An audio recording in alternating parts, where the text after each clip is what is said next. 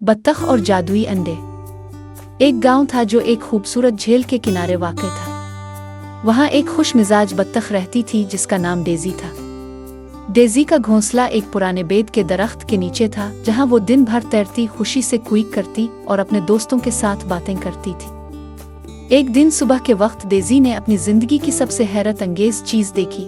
इसके घोंसले में 3 चमकते हुए अंडे। ये अंडे आम अंडों की तरह नहीं थे, उन पर सुनहरी चांदी और कौस कज़ा के रंगों की चमकदार लहरें थीं। ये तो जादुई अंडे हैं, डेज़ी ने हैरत से कहा। मुझे उनका बहुत ख्याल रखना होगा। डेज़ी ने बड़ी मोहब्बत से उन अंडों को सीना शुरू किया।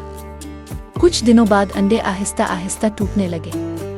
एक एक करके इनमें से 3 नन्हे बच्चे निकले और हर एक खास था। पहला बच्चा, जिसका नाम स्पार्क था, इसके परों पर ऐसे सितारे चमकते थे जैसे आसमान में रात को। जहां भी स्पार्क जाता वो अंधेरे को रोशनी से भर देता। दूसरा बच्चा उमरूल अपने परों को हिलाकर नरम हुआ पैदा कर सकती थी। वो पत्ते उड़ाने आ गर्म दिनों में सबको ठंडक पहुंचाने में मदद करती थी। तीसरा बच्चा मेलोडी इतनी खूबसूरत आवाज में गाती थी कि इसकी आवाज सुनकर सब जानवर खुश हो जाते। इसके गाने गांव में खुशी और सुकून ले आते थे।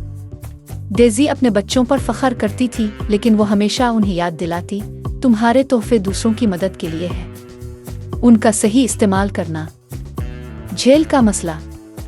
एक गर्मियों के मौसम में झील खुश्क होने लगी। पानी कम होने से मछलियां तैर नहीं सकती थीं, पौधे मुरझाने लगे और गांव के जानवर परेशान हो गए।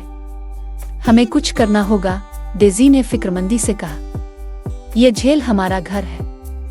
बत्तख के बच्चों ने सोचा कि ये उनके जादुई तोहफों को इस्तेमाल करने का वक्त है। स्पार्क आसमान में बुलंद हुआ और अपनी रोशनी से चमकने लगा। इसकी चमक देखकर बादल करीब आने लगे।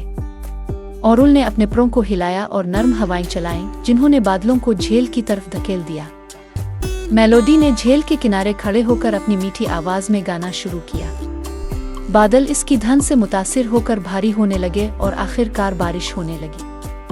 घंटों बारिश होती रही और झील दोबारा भर गई। मछलियां खुशी से तैरने लगे, पौधे दोबारा हरे हो गए और जानवर खुशी से झूम उठे।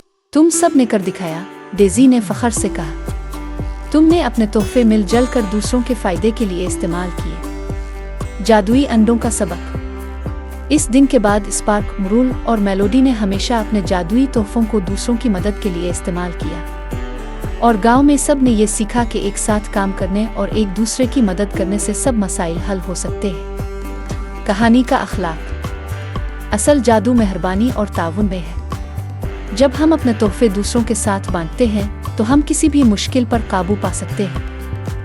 Thanks for watching and subscribe to our channel. Don't forget to like and share.